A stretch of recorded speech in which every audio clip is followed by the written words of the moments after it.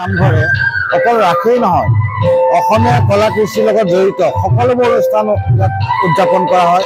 ভাগৱত পাঠ, দলোৎসৱ আৰু আপোনাৰ পাল নাম, আৰু প্ৰতি বৃহস্পতিবাৰে ভকতসকলে ইয়াত ভাগৱত পাঠ কৰে। গতিকে সভাপতি বলিষ্ঠ পদক্ষেপত ইতিমধ্যে আমাৰ চৰকাৰে যথেষ্ট সহায় আগবঢ়াইছে আৰু ৰাস কমিটিলৈও 25,000 টকা আগবঢ়াইছে। এই হিচাপতে আমি অসম চৰকাৰলৈ ধন্যবাদ জ্ঞাপন কৰিছোঁ। আৰু আমাৰ যিটো ইনফ্ৰাষ্ট্ৰাকচাৰ, এই ক্ষেত্ৰত আমাক চৰকাৰে যথেষ্ট সহায় কৰাৰ কাৰণেও আমি চৰকাৰক ধন্যবাদ জ্ঞাপন কৰিছোঁ। আৰু আপোনালোকে আহি পেলাই আমাক যিটো পদক্ষেপ ল'লে ইমান কষ্ট কৰি, গতিকে আপোনালোক সকলো সাংবাদিকলৈ আমি নমস্কাৰ জ্ঞাপন কৰি মোৰ বক্তব্য এটা সামৰণি মাৰিছোঁ। নমস্কাৰ। বৰ্ণ ভাষা নিৰ্বিশেষে আমি সুন্দৰ সহায় লাভ কৰিছোঁ। যিহেতু আপোনালোকে দেখিছে অজস্ৰ মানুহ ইয়াত, লক্ষাধিক মানুহ আমাৰ ইয়াত গোট খাইছে। গতিকে আমি সমূহ ৰাইজক আমি এটাই আহ্বান জনাম যে আমাৰ যিহেতু আমি তিনিদিনীয়া কাৰ্যসূচীৰে আমি সুন্দৰভাৱে আয়োজন কৰিছোঁ, সকলোৰে প্ৰচেষ্টাত, মিলিত প্ৰচেষ্টাত আমি সুন্দৰভাৱে ৰাসখন আগুৱাই লৈ যাম বুলি, আগলৈকো লৈ যাম বুলি আমি আশাবাদী। সুন্দৰভাৱে এই শ্ৰীকৃষ্ণ মহাৰাসভাগ আপোনালোকে পালন কৰে।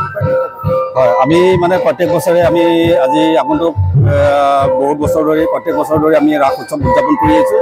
এই বছৰ আমি তিনিদিনীয়া কাৰ্যসূচীৰে মহাৰাসভাগ, লগতে কাইলৈ আমি নগাঁৱৰ পৰা আমন্ত্ৰণ কৰি অনা পৰশুৰামৰ মাতৃহত্যা নাটকখন আমাৰ কথিত ভাষাত হ'ব। তেওঁলোকে আহি পেলাই ইয়াত মঞ্চস্থ কৰিব।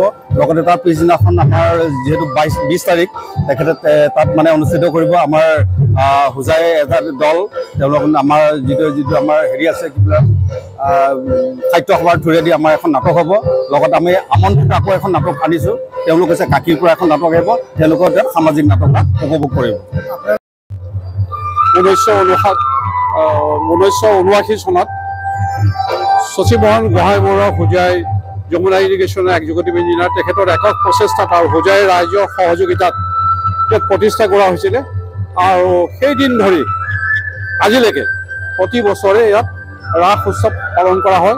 আৰু এই বছৰো তিনিদিনীয়া কাৰ্যসূচীৰে এই ৰাস মহোৎসৱ আয়োজন কৰা হৈছে। আজিৰ প্ৰথম নিশা হোজাইৰ বালিকা আৰু গোপিনীসকলৰ দ্বাৰা, স্থানীয় গোপিনী আৰু বালিকাসকলৰ দ্বাৰা আজি ৰাস উৎসৱ পালন কৰা হৈছে। ইয়াত চলি আছে ৰাস।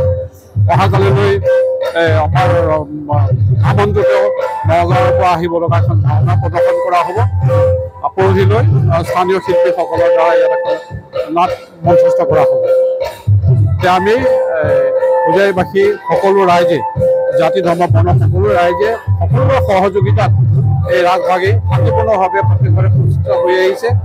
আৰু আমি আশা ৰাখিছোঁ আগলৈকো ৰাইজৰ এনেকুৱা সহায় সহযোগিতাৰ আমি কামনা কৰি ৰাস উদযাপন সমিতি তথা হোজাই সামৰণি নামঘৰৰ হৈ মই সকলো ৰাইজক ৰাস উৎসৱ উপলক্ষে মোৰ ভক্তিপূৰ্ণ সেৱা আগবঢ়ালোঁ। ধন্যবাদ।